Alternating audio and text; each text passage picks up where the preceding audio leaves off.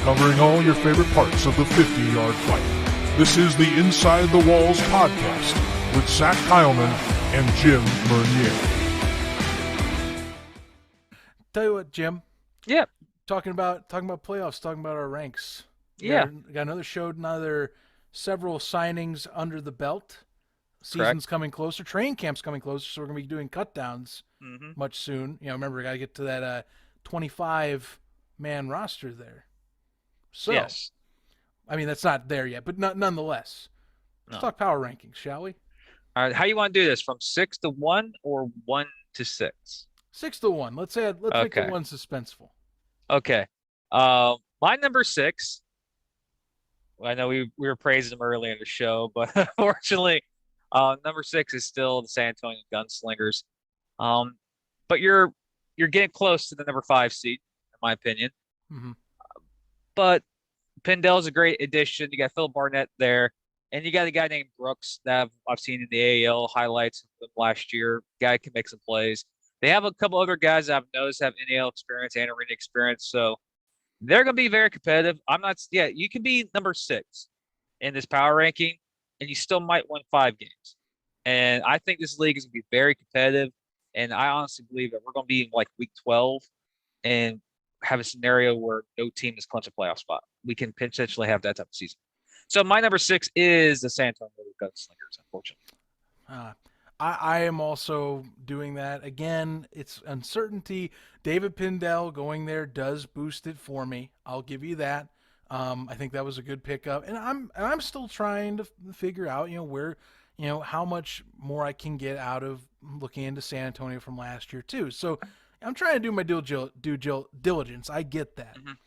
I'm just basing my rankings off of what's the rest of the league got that I know more concretely and that has been in these higher tier leagues. Remember, the Gunslingers are coming from the AAL. That doesn't mean that you should expect that fully, but I'm just saying that, if you have certain talent pools from the IFL that have been in that ring and they're coming down to the NAL, or they're NAL cornerstones in many of the other teams, I'm going to give them a little more preference. That's what I'm doing right here. Correct.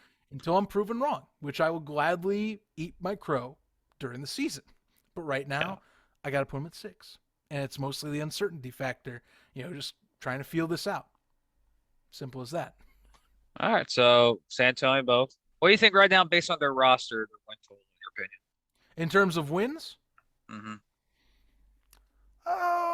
I say 4 and 8 right now because I think Pindell gives them at least 4 wins. I think I'll be generous. I'll give them 5 and 7. Oh, that's impressive. That's not 5 bad. And 7. That's toying with the postseason. That's toying with the 4 seed. Mm-hmm. Well, I think, we saw last year it's possible to get to that. Yeah.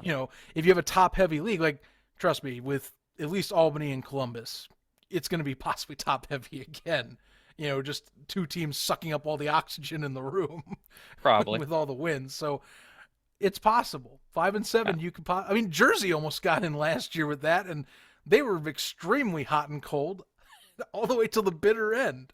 So yeah, and Jacksonville almost made it, and we didn't even belong in that conversation. Well, last-ditch effort. Jonathan Bain was there. Yeah. You had Albany, trying to preserve itself for the playoffs. You're close. You were the chosen one, Bain.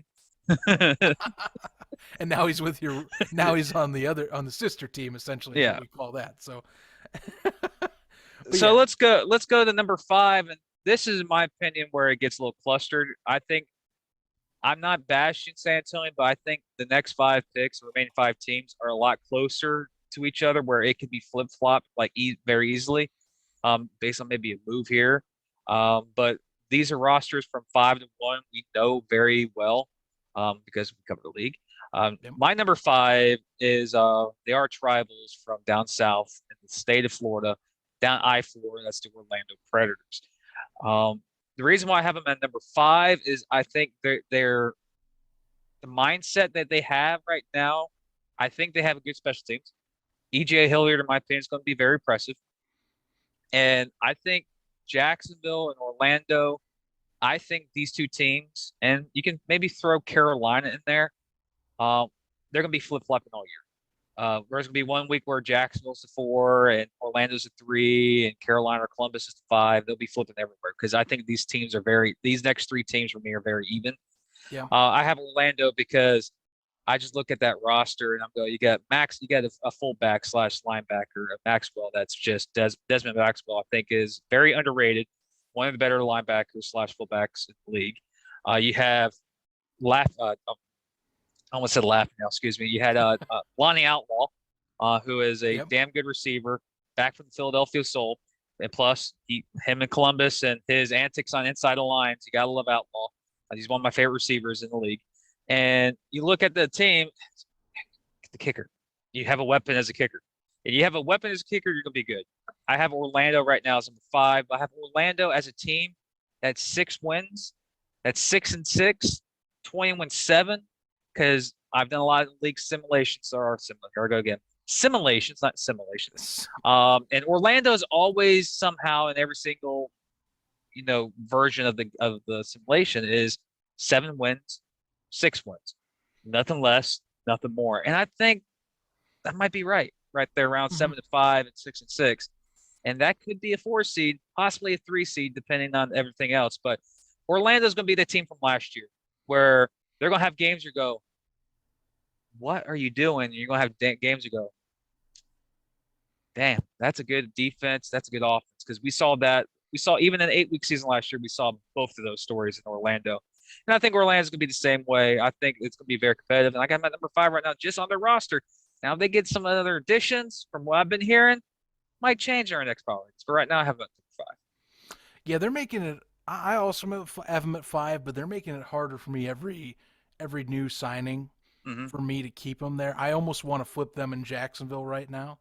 Ooh, spoiler alert, by the way. But I don't know. Like Hilliard, the more I look into him, the more I'm like, I like the signing there. Cato as the backup is someone that you can have quality if you need to switch out. And receiving core, Paris Mack, I really did like the signing as a dual player. Lonnie Outlaw, I was already excited for that too. Larry Beavers being there as well. Desmond Maxwell, I've been high on Desmond Maxwell ever since I got to talk to the guy in person. Fan of the show. Yeah, I mean, dude's great, and he's very much I'm just excited to get my chance to do this setup with Iron Man. But underrated as a fullback, guy has wheels for his size. And we saw last year. He gets an open space, he can take off. Yeah, yeah, I know. I've seen it twice against Jacksonville last year. That's what I'm saying. Yeah. That's what I'm saying. Hey, there's Devin Maxwell. And then we can't. There he goes. Touchdown. We can't forget, the secondary for Orlando is going to be back too. Jenkins and Fuentes are going to lock it down. I liked what they did for Orlando last year. They made a great team. They're going to be in a lot of games. And I think Predators is going to be hard for me to keep them at 5 because I think they brought a lot of key guys back. And even though they lost some of their offensive pieces, they retooled to where I'm like, okay, I see what you're doing here. I can't complain, Yeah. And what's going to be unique is that first week game when they go to San Antonio. So when we look at our that power ranking 5-6, if we think, me and you believe what Orlando could be, I know San Antonio's being hyped and getting, got to have more than Barnett and Pindell to be an Orlando team. And that could be a sign that Orlando, honestly, can I kind of say this? I think Orlando's dark horse to win it all in this whole league. Ooh. So I'm just saying that's how tough. That's how I'm so stoked for this season. Is because all these teams in the league, besides San Antonio right now, because there's still a lot of questions about San Antonio, they can all win it. They all have talent on their team. They all have quarterbacks on their team to win it all. Orlando, it's just that predator nature, man. It's just that Higgins, he did something as a coordinator last year that made Orlando that team in the second half that you didn't want to play. They were that 3 seed that you did not want to play. Unfortunately, they ran into a buzzsaw called Mason Espinoza. But yeah, that happens a lot. But yeah, spoiler alert, I think they're dark horse to win it all. And if things fall their way, possible. But right now, for me, I have them at 5. You have them at 5. So we both agreed about Orlando. They have the squad. They really do. Par for the course so far. I did tease my 4. Oh, yeah. I've praised this team a lot. We have a lot of fans. We have a couple of owners that love us, coaches have talked to us. This is going to shock people. My number 4 is the Columbus Lions. What? Here's the All reason right. why. You got Mason, best quarterback in the league. You have, Desmond Reese. You have Jermon Fortson. You have some and you got Craig DeLeg. There's a lot of question marks on that defensive side of the ball still. That's the only reason. Right now, their offense is going to match up with anybody. Mason back there is going to match up with anybody. Like I said previously, the next 3 teams on my list, you can flop them because they're that even. Like literally flip of a coin, that's who I'll pick for that week. Am I saying that Columbus is going to finish 4th in the standings at the end of the year? No, I don't think so. Do I think they're going to be a team that's going to host home field for the first round? Most likely. But yeah, right now this is based on rosters. We don't know what they look like in the gameplay yet. And there's a key factor. How are these coaches are going to do the Ironman substitution stuff? That's also a big issue. But yeah, I have Columbus at number 4.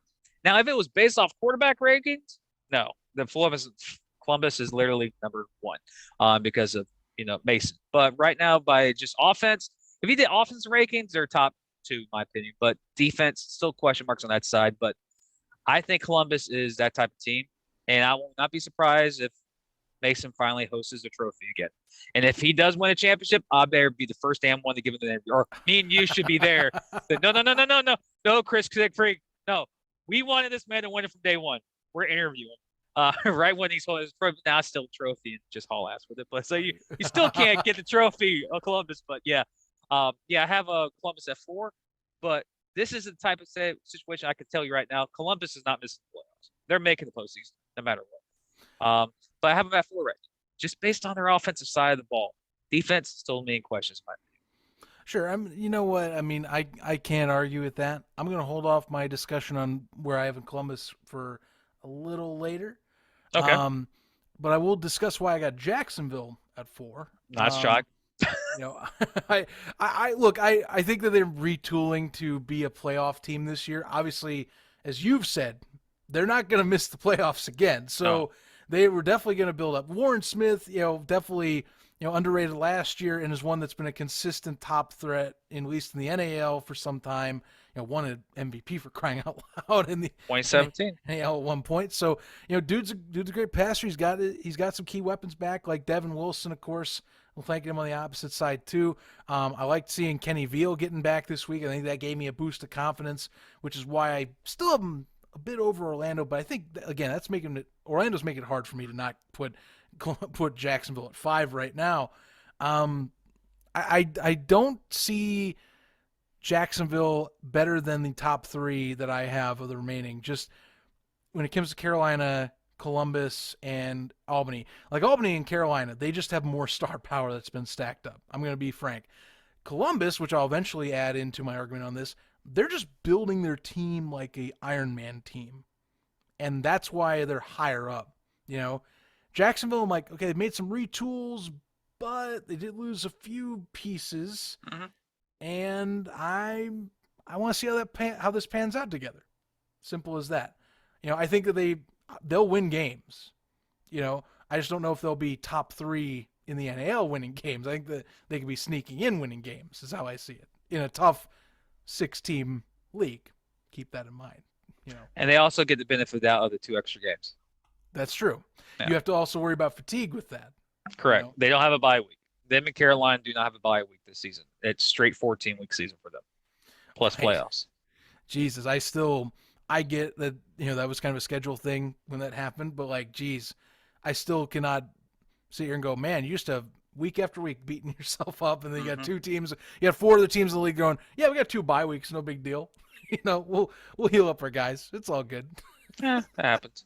It happens. But so you have San Antonio, Orlando, Jacksonville. I have San Antonio, Orlando, and Columbus. That is correct. So the next 3 picks, ladies and gentlemen, most likely for me and Zach, these teams are guaranteed going to be in the postseason this year. For me, number 3, no shock, the Jacksonville Sharks. And basically it's the same thing as you said. But there's 2 guys on this Jacksonville Sharks team that no one are talking about. Well, maybe because we're the only podcast that talks about the league that we're not talking about. Naquan Murray is a wide receiver that they just got off the free agency a couple months ago, and Rob Jones, a wide Yes. receiver who he played in Orlando, but he made his name with the New York streets. He was a National Arena League all-time leading receiver or all-time receiver that year.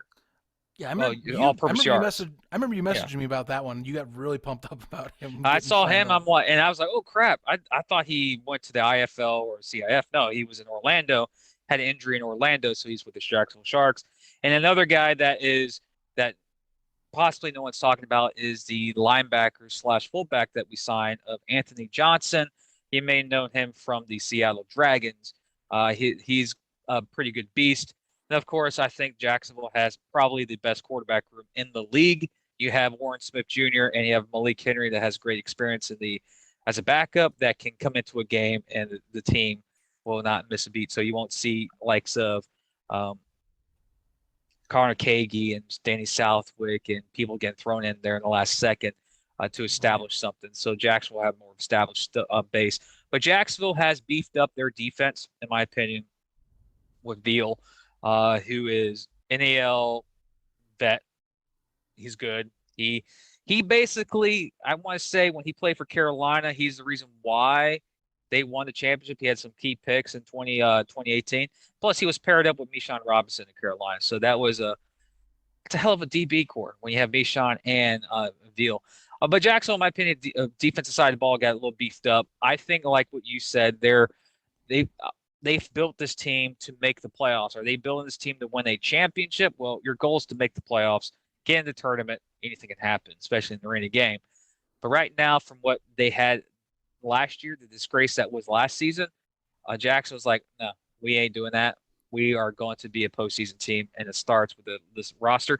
And they're being kind of conservative with the signings, too. They're not going after big players, big signings. There's still a couple of receivers out there that played last year in the NAL that haven't been signed yet. Some veterans like Joe Hillis is one of them. So there's still people out there. But for right now, if the season started today, I think Jacksonville is a 7-win team. So 7-7, possibly 6-8. But right now, based on roster size and just based on couple additions on defense, is the reason why they're better Columbus in my power ranking. Now, if they play on the field, they play 3 times, 2 times in Columbus this year. I say Columbus wins the series 2 games to 1. Right now, based on the performance. So, okay. Arizona, I got Jacksonville number 3, but overall season performance, I still think Jacksonville is going to finish below Columbus in this overall standings as of right now. Not bad enough. Number 3 for me here. I've got Carolina at 3. Ooh. Yes. This is where we're getting into, I think the heavy hitters. Correct. Because I'm going to see, much like last year, I see the NAL going to be very top heavy to where you'll have a losing record team jump in at that 4. Mm-hmm. I think Carolina's going to be a winning record team. It won't be like Orlando last year where they split even. I think you're going to see somewhere along the lines of they'll finish 8-6. Mm-hmm. But this is, we talk about momentum, like how Coach Rez is taking, I'm going to take that investing in free agent signings kind of setup I had at the end of the year to get me in the playoffs. I'm just going to make a good roster or a roster that looks great on paper out of the gate. Yeah. And that has plenty of talent to resort to out of the gate. I mean, especially talk about line play in particular. I mean, they got a Derek Ziegler out there who is first team All-NAL 2018 and 19, who's coming into this roster. So one of the biggest problems with them last season, up until they shorted up, line issues. Good to have that set up. Not to mention they have components. We're talking about Jonathan Bain already. DJ Myers going over there. You have folks like Kendrick Ings, return specialist he is, as well as receiving. Donovan Raspberry going to come over there too. If we're talking in the defensive section, Joe Powell should be healthy this year. Chris Page coming over from Orlando is going to be in there too this year, shoring up that secondary. There's a lot of key talent. I think I talk about strategy of rotating guys around in those lines. Or Carolina is one of those teams that if I'm guessing that's what they're doing, this is a very much like we're figuring and choosing who comes in and out where type of team.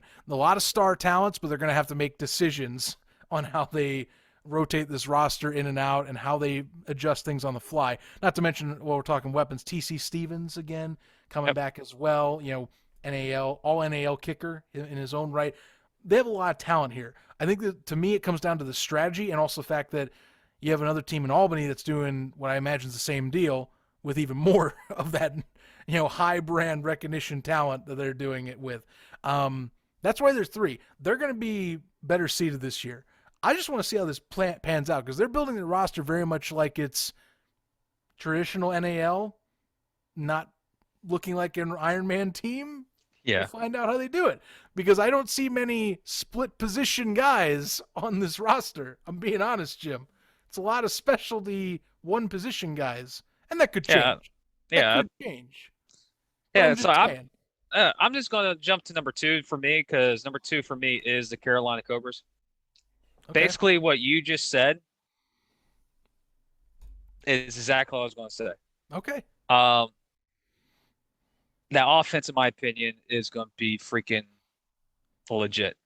Jonathan Bain, when he played for the Maine Mammoths, that man lit up everything in Maine. I think missed the playoffs. I think by a tiebreaker. That's the reason why they didn't get in. He lit it up there. He went to Jacksonville and lit it up there too. And just not the last game of last season, but still. Right. Jonathan Bain, in my opinion, with Myers and Kinger Ings, and another addition of like Joe Powell can either play DB or receiver, so he's going to be a guy that's going to play both positions. I think that's what he has on the roster. But if you look at the Carolina overall, Coach Rez is building up that defense, and he already has his offense established.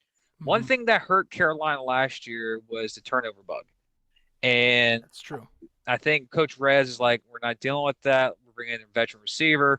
We're going to bring in a veteran quarterback who's been in not just the NAL, but arena leagues and the style of the arena league. Rez is like, I've built a championship team. I'm going to build a championship team here. We have 14 weeks.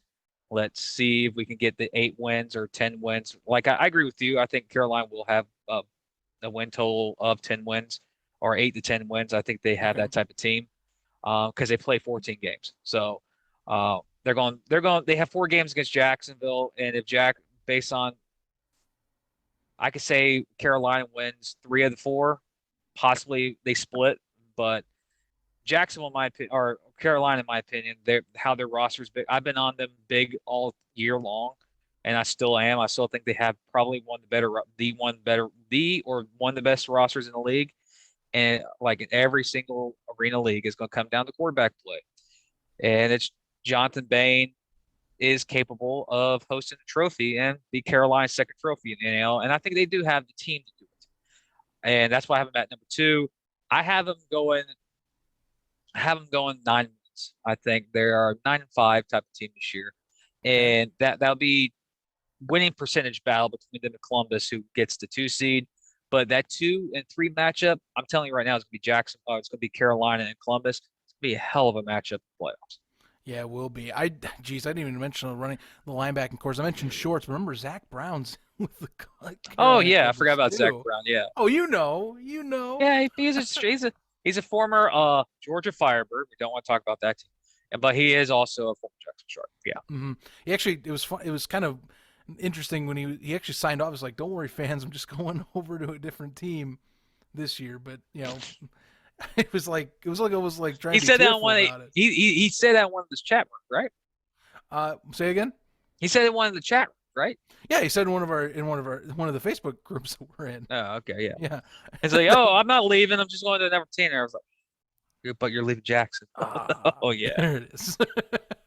my number 2 is Columbus, and I'm gonna elaborate more on my point that they're building like an Iron Man team. I think that's kind of, as we talk more and more about going into the season, Iron Man rules I think are going to change a lot of things. They definitely will for strategy, but team building was what I was curious to see. Columbus is doing what I was wondering if they would do, which is kind of not only, of course, look at budgeting out who is going to fit in, but also who's going to fit the Iron Man scheme better in terms of the NAL, And they definitely, if we're looking at their roster, you have a lot of guys, that are designated as the two-way starters, And again, this could change. It could be technicality based on how they, of course, the league is listed out transactions and all that. I know that's up Especially for how debate the all the league, time. especially how the league is supposed to sign. You have to have these many players on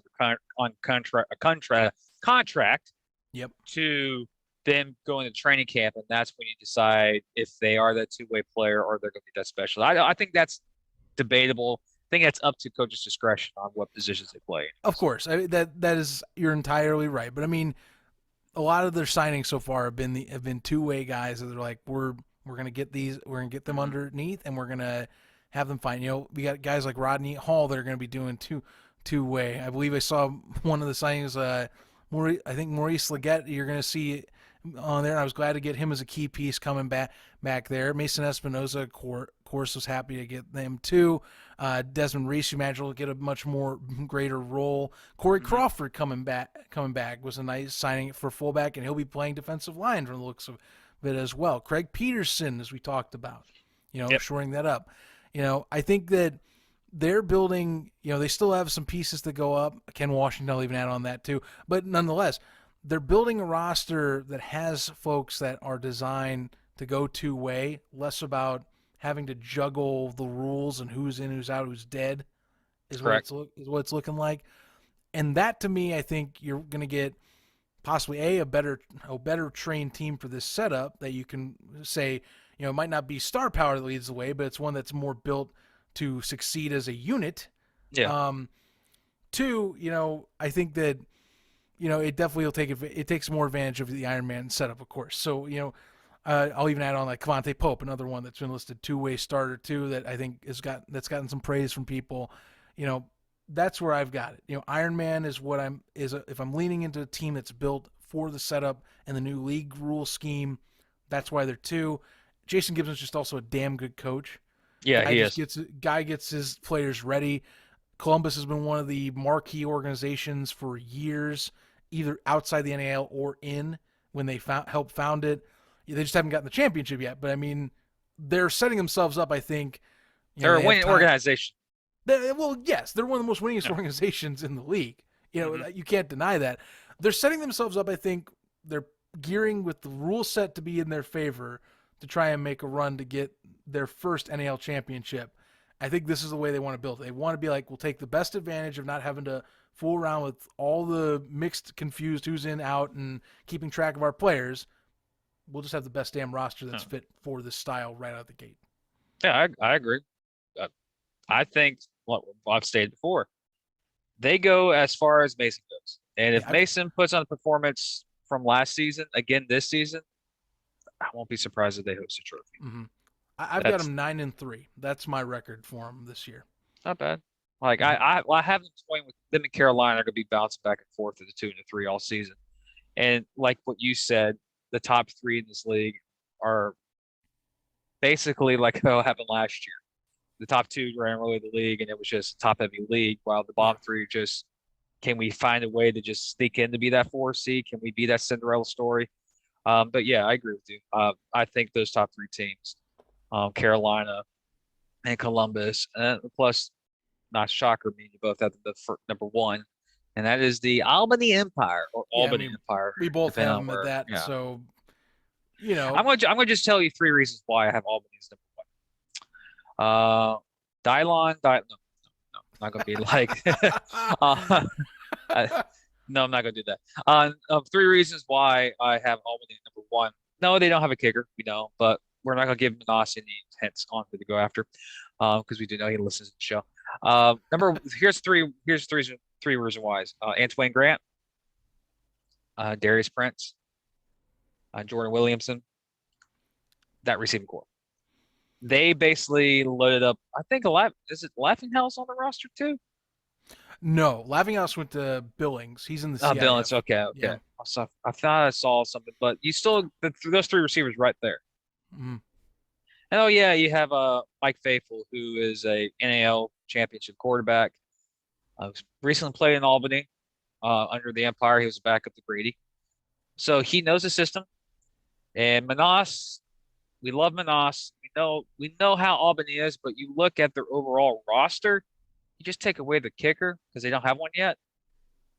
They're basically bringing back everybody of note, besides Malachi Jones. And Shorts, of course, who went to Carolina.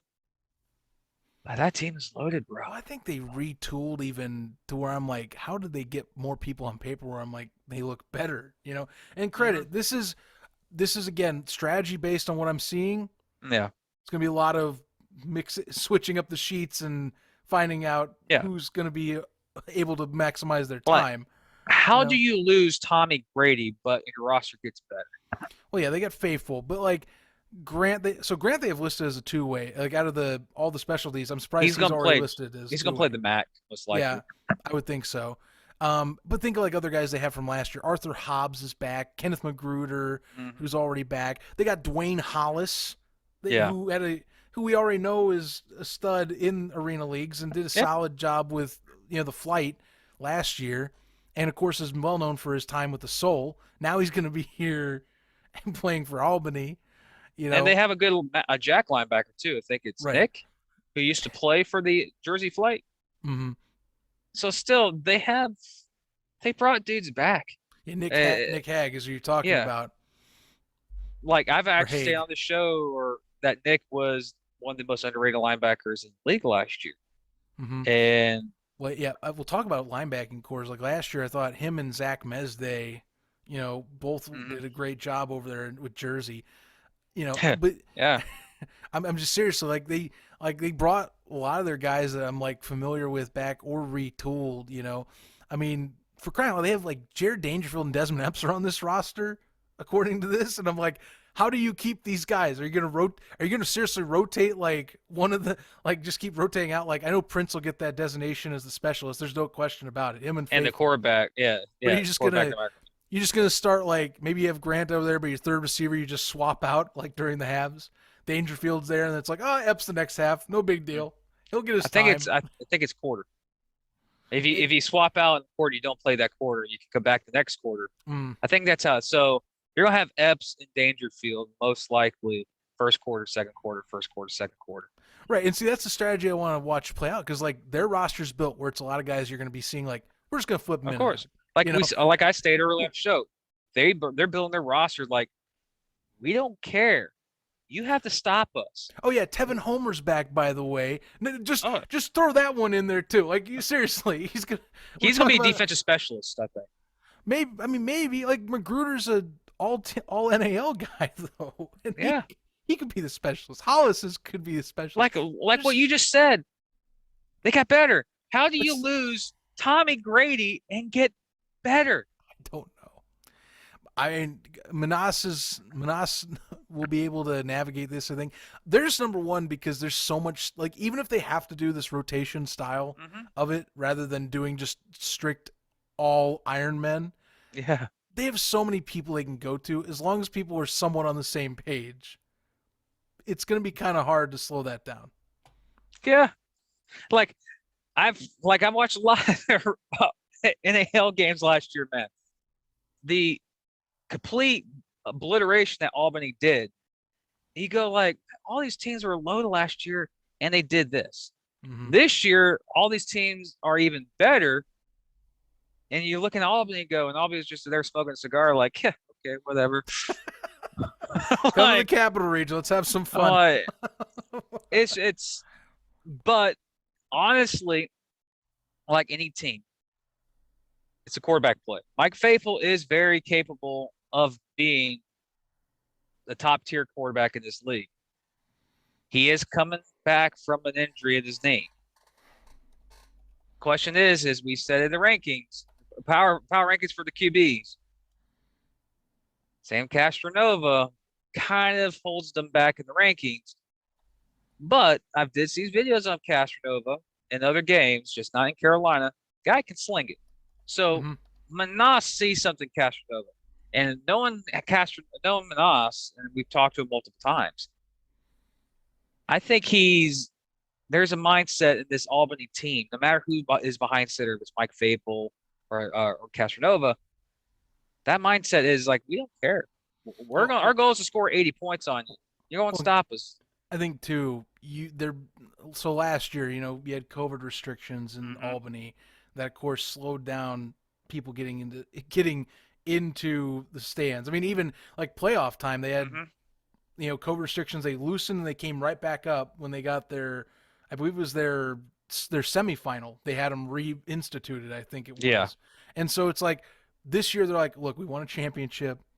We are going to put our best out there again to make you say, hey, come back and support us. We are the empire that you loved back in the AFL.